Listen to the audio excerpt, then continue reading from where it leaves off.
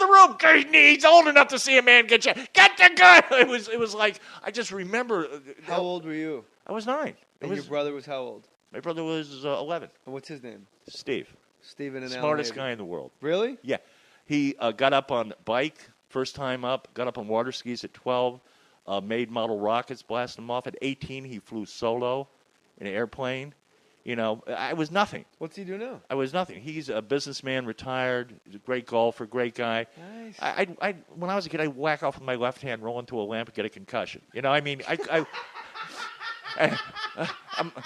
my dad would walk into the room, look at the lamp, and my lamp, and goes, "What'd you do? Try to jerk off with your left hand?" I mean, my brother was so coordinated and so superior to me. I was just a goofball. You have to I hope that's in your act, or if not, it's not in the act, but it's part of the one-man show. That line has to be in your stand-up. It's too great. Dude, were you aware at the time that your parents were dialed in to the stuff going on around you? Or I guess when it's happening. Yeah, when you're a kid, you just say that's the way it is. Was he into like local politics too? No. I mean, he was really into reading. I remember one time the TV broke. My parents didn't make a lot of money. Yeah. And so that's it. For the next year and a half, we just read books. Because the television broke. My dad didn't want to get it fixed. They'd rather smoke. My parents loved to smoke. We lived in Miami. We had no air conditioning. Wow. Yeah, it was like living in Seattle without a roof. It was horrible. It was a nightmare. But as a kid, Give me another city. Give me another analogy. Give me one more. Give me one more. Come on. It's like living in San Francisco without a cock. How's that? I think that's why my balls are getting smaller. I told you I'd figure that shit out. But your soul is getting larger. My soul is getting... It's that spiritual jism that leaves the balls. Because you already have 2 kids. Spiritual jism. You know what that glowing orb of God said?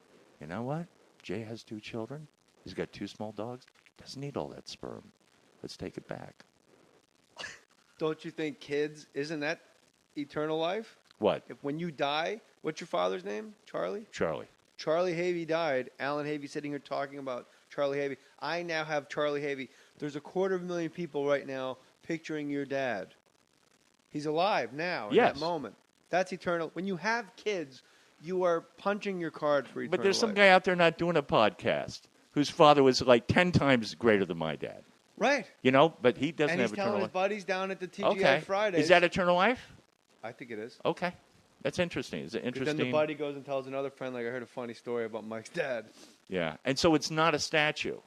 It's not Abraham Lincoln or, well, of course, people because that you have to go visit. You can't carry it around with you. Yeah. All right. I would like to meet the guy that carries the Lincoln Memorial around with him. I'll volunteer. You know, when they bury the Lincoln Memorial, I'll help lower it into the ground. How's that? Alan, I want you to be a pallbearer for the Lincoln Memorial. No, sorry. Didn't know the guy. When they tore down Yankee Stadium, they asked you to be a pallbearer for the Loge. No, not going to do it. Hate Yankee Stadium. Fucking hate those motherfuckers. No, I love the Yankees. I used to love the Yankees until they tore down Yankee Stadium. Yeah. When you tell me that the Yankees are going to tear down Yankee Stadium to make more money, then I go, they tore it down back in the 70s, late 60s. They rebuilt it. Yeah, but it's still the same piece of... Where Bernie Williams stood is where Mickey Mantle stood is where Joe DiMaggio stood.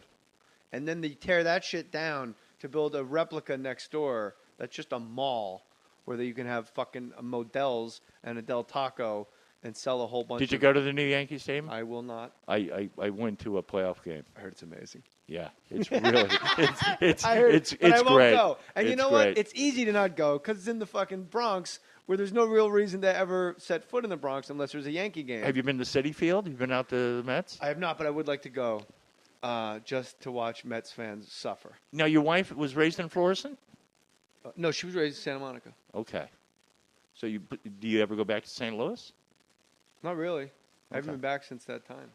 You should go back. Go catch a Cardinal game. I'm going to Kansas City for the All-Star game. Best fans in the world. No doubt about it. In St. Louis. Absolutely no doubt about it. And you guys are in fucking first place without Albert. Scoreboard. It's nice. It's just a spirit there. Steven Strasburg and Albert Pujols, I believe, have the same amount of doubles. Well, I'm not in the business of baseball, Jay. Oh. You didn't know that, did you? Well, let me look at my... Yeah. Alan... Oh, yeah. My God. I thought you were Jack Buck. I thought you were Joe Buck. I have no emotion whatsoever. There's a catch by Tyree. First down Giants. The drive stays alive. They could win the Super Bowl with the next play. You want Scully to stick around another year? I want Scully to be 40 years old, and I want the rest of my life with Vin Scully. Now, here's the thing. I think someday there's going to be something on your television where when you're watching a baseball game, you can push a button and hear any announcer, living or dead. They're right there. And the computer will read what the play is, and it'll be Vin Scully's voice telling you what's going on. It's time for Dodger baseball. Now, as a St. Louis fan, you still you had Jack Buck. Yeah, but I didn't live in St. Louis. But now Vin Scully, you realize he is the greatest. Oh, Vin Scully. This town, L.A., had Chick Hearn and Vin Scully. And the guy from the Kings is bananas, too. I don't watch hockey. I was raised in Miami. I'm not into hockey. Vin Scully these are my favorite Vin Scullyisms I heard. He was doing a golf tournament, and a guy hit his tee shot into the ocean in Hawaii. And nothing. Nothing. Just minutes. And they cut to the guy in the fairway dropping a ball, and then they cut to the ocean, and Vin Scully says, "Buried like a deep, dark secret." That motherfucker didn't say ball or water. Right. That's a different breed of announcer. Yeah, he's great. 7 out of the 9 Astros starters' last name begin with the letter B. And we've got quite a hive here tonight, friends, with Bogart, Biggio, Bagwell, and he read them off. Wow. And my favorite one is... That's homework. Jeremy Guthrie's father sold cars in Medford, Oregon, and there's a Cadillac at the belt for strike one. Ridiculous. I was at my dentist in Beverly Hills, and I'm walking out, and there's Scully getting onto an elevator. What? Yeah. And I see him get on the elevator, and I stand outside the elevator, and I just look and I say, "Mr. Scully, I just want to thank you for everything you've done for baseball." And he looked at me and goes, "Well, aren't you nice?" And then I said, "I'm a Cardinal fan." He goes, "That's okay." And then the doors closed, and that was it. That's a good Scully you do, man. Yeah. It was all Your right. Scully's way better than mine. It's close to Alan Alda. Wow. I don't do Alan Alda. I like when Ben Scully said, "Chad Billingsley threw 18 pitches in the first inning, and friends, he's up to his elbows in alligators here in the second."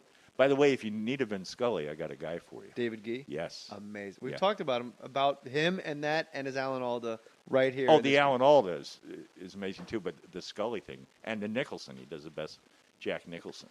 Does he pull his hair back? No, he doesn't have to. You ever see when guys that are bald pull their hair back? Yeah. They've seen comics pull their hair back to do Nicholson. Or they've been doing the joke for so long. They used to do the joke when they had hair. Hey, man. You ever met Nicholson? No. You should have him. Huh? No. Oh, I met a Now Nick. you're going to be like Compliment. You should have him on the podcast. Look, everyone is invited on the podcast. I met a Nick game 20 years ago, and I'm usually very cool around celebrities. I don't bother people. I had Bob Dylan walk right by me. I'll have it like a Joe. Green Street, the big room.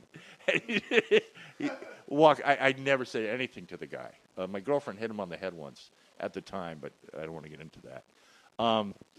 But I see Nicholson leaving a Nick game. He was there, and I lean over the rail and I go, "Jack!" Like a fucking Bobby Sox. And he put my hand out and he slapped it. But it was it was Nicholson. Like catching the punter running into the tunnel. Yeah, it was just I felt like a 12-year-old kid chasing Larry Zonka. Chin strap, Zonk, put that on my tab. All right, so Eddie Brill, we're rounding third here. Go see Alan Havey. First of all, he's going to be on Louis this season on FX, the Louis C.K. show. July 5th, they're going to... On July 5th. The week I do the Borgata on stage, that's when they're going to have the episode. Oh, really? Yeah. Okay, so check him out. Let's just pick a day. July 1st, go see Alan Havey at the Borgata. It's a really great place to go see a show. You gamble, you have a good time. There's a Starbucks in the casino. What more could you want? Yeah, nothing. So Eddie Brill booked the Tonight Show, does this piece for the New York Times. They follow him around. And the person that did the piece wrote basically an article saying that Eddie Brill only books white Midwest comics, and he eschews female comedians. And he uses a quote that Eddie used out of context. And the quote that Eddie said was, "It's hard for female comics to be themselves. It's harder." I'm paraphrasing. Right. Which is probably the wrong time to paraphrase when I'm sticking up for a guy. He said this. And I'm paraphrasing, of course. But basically, Eddie said female comics aren't genuine because there's such a guy business that they have to like ramp up the testosterone to get over, and it's harder for them to be themselves. It's far and few between where you just get a gal like a Wendy. He didn't say this, but like Wendy Liebman is Wendy Liebman. Wendy Liebman's great. She's incredible, and she is all woman. She's one of the best comedians working today. Absolutely, one of the best writers by far. Oh my God! And she's all woman. There's no testosterone. Like that is a gal on stage crushing it. Yeah. So this guy, and she talks about being a woman. She doesn't like pull out the same stereotypical things that women go to, especially when they're starting out. You know, like dating and stuff like that. I mean, it's all up, ladies. Back me yeah. up. So basically, the article was that he only books white comics that are guys because he has a problem with this. And well, that's what I liked about Eddie. You're an asshole. I mean, the black guys are getting all the attention, and the women. And you're tired of being white. I am so tired of being white. If you could be a black woman, Alan Havey really would be happy. Oh, my God. Come on, girl. I think my wife would even like it. You know what? I like your wife too, baby. How come you don't like horses no more? I also do a seminar for college kids going into the business, going into theater, going Where's into that show at? business. I've done it at several colleges. AlanHavey.com? AlanHavey.com. You can go to curtainupseminar.com. It's something I developed over the years. I've asked many people in the business those first 2 years out of college what worked for you and what didn't work for you. And so I put all this information, and I've asked everybody. So if you want to send me an email. I would love it. And just think about what worked for you those first 2 years you were trying to get into the business and what worked against you. And just give me your thoughts on that. And I go out and I share that information. You know what worked against me my whole life? Me. Well, we're our own biggest enemies. And Yeah. I'm sure you've heard that at the homilies. Eddie Brill at lost St. his job Monica's. because people said he doesn't like female comedians, and he's always been a champion of all comedians. And in that case, it was unfortunate because a good guy got fucked. Yeah. And this But- New York Times person took down one of the good guys. But Eddie, even said I shouldn't have done the article. I should have asked permission for it. And he did say in the article, I wonder what you feel about this, that Eddie Murphy was not funny. Or Eddie Murphy wasn't a good comedian. But if Eddie Brill doesn't think Eddie Murphy's funny, why can't that just be Eddie Brill's opinion? Why does it No, have I'm to just be- curious, because Eddie Murphy was a hero of yours. I'm just curious as to what... He was a hero of mine when I was a teenager. No, When you watch these specials now, a lot of the shit we thought was... Steve Martin with an arrow through his head is fucking retarded. It's not funny at all. At all. There is no comedic value to a Steve Martin concert back. The albums... No. Wait. I know what you're going to say. The albums, yes. Brilliant. But him going on stage at the Hollywood Bowl with an arrow through his head going, hey... And everyone's going batshit because they're on fucking Quaaludes. No. It was hysterical. I saw him at Florida State. And you were high on Quaaludes. No, I wasn't. I wasn't stoned at all. You don't understand. I was there in your body. You were there. You were a little peeking out of the crib. How dare you assume my parents put me in a crib? They didn't? Then you were abused. Skinner box. Skinner? Wow. I was Sorry to hear raised in that. the Skinner box. What is a Skinner box? Todd, you don't know BF Skinner? What did I ask? Why did I fucking ask? You asked me. Why did I fucking ask what's a Skinner box? I'm gonna fucking tell you what the fucking thing is. You Ow! A Skinner box. That's what she calls it. Saw Steve Martin in 76, a dark suit, play at the Ruby Diamond Auditorium at Florida State. Went there, laughed for an hour and 20 minutes. It was sick with laughter. My body ached with it. It was unbelievable. If you're telling me I'm wrong, You're wrong. well, you know what? Then I owe Steve Martin an apology. I'm being completely serious. And I'm going to look on the internet for times when... you know what? I love when he did Carson did stand up for the dogs. Yeah. No, Steve Martin Those was... fucking dogs barked on cue like they were laughing. Oh, my God. You watch his moments on Carson. I mean, you can't go back and see him live back then. I'm telling you, it was unbelievable. And it wasn't... At the Hollywood Bowl, it's huge. So, Hey. But this was like a maybe 2,500-seat room. It was fucking great. He was unbelievable. You got to come back in the podcast. I love There's to. so much we have not talked about because we get sidetracked. And, With I my haven't call. seen you in a long time. So With this my is all... calling. I didn't know you had kids, Yeah. let alone dogs. Yeah, two you know. kids. And two now you're a dogs. Catholic? Yeah. You want to go to Mass? You want me to go to Mass with you one day? Do you go to Mass alone? I always go by myself. Okay. I always go completely alone, and I go dressed as a Hasidic Jew. That would be fun. And I have a baby carriage, and I fill it with puppies. and I just sit and see who asks. Now, are you being funny? No, that's how I go. And my balls are getting smaller. No, you don't go with the wife? No, we go, yeah. Okay. A lot of time, like Sundays, I'll let her sleep in. Mm-hmm. You like to get up early and go? Oh, I never like to get up early at all. But when a baby's crying, if you don't get up, then they take that baby from you.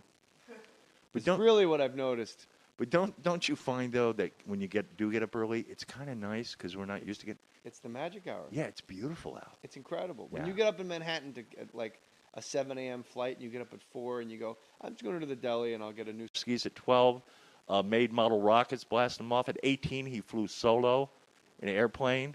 You know, I was nothing. What's he do now? I was nothing. He's a businessman, retired. He's a great golfer, great guy. Nice. I when I was a kid, I'd whack off with my left hand, roll into a lamp, and get a concussion. You know, I mean, That line has to be in your stand-up. It's too great. Dude, were you aware at the time that your parents were dialed in to the stuff going on around you? Or I guess when it's happening. Yeah, when you're a kid, you just say that's the way it is. Was he into, like, local politics, too? No. I mean... he was really into reading. I remember one time the TV broke. My parents didn't make a lot of money. Yeah. And so that's it. For the next year and a half, we just read books. Because the television broke. Television broke. My dad didn't want to get it fixed. They'd rather smoke. My parents loved to smoke. We lived in Miami. We had no air conditioning. Get him out of the room. He's old enough to see a man get shot. Get the gun. It was like, I just remember. How old were you? I was 9. And your brother was how old? My brother was 11. And what's his name? Steve. Stephen and Smartest guy in the world. Really? Yeah. He got up on bike, first time up, got up on water. My dad walked into the room, look at the lamp, and my lamp, he goes, what'd you do, try to jerk off with your left hand? I mean, my brother was so coordinated and so superior to me, I was just a goofball. You have to I hope that's in your act, or if not, it's not in the act, but it's part of the one-man show.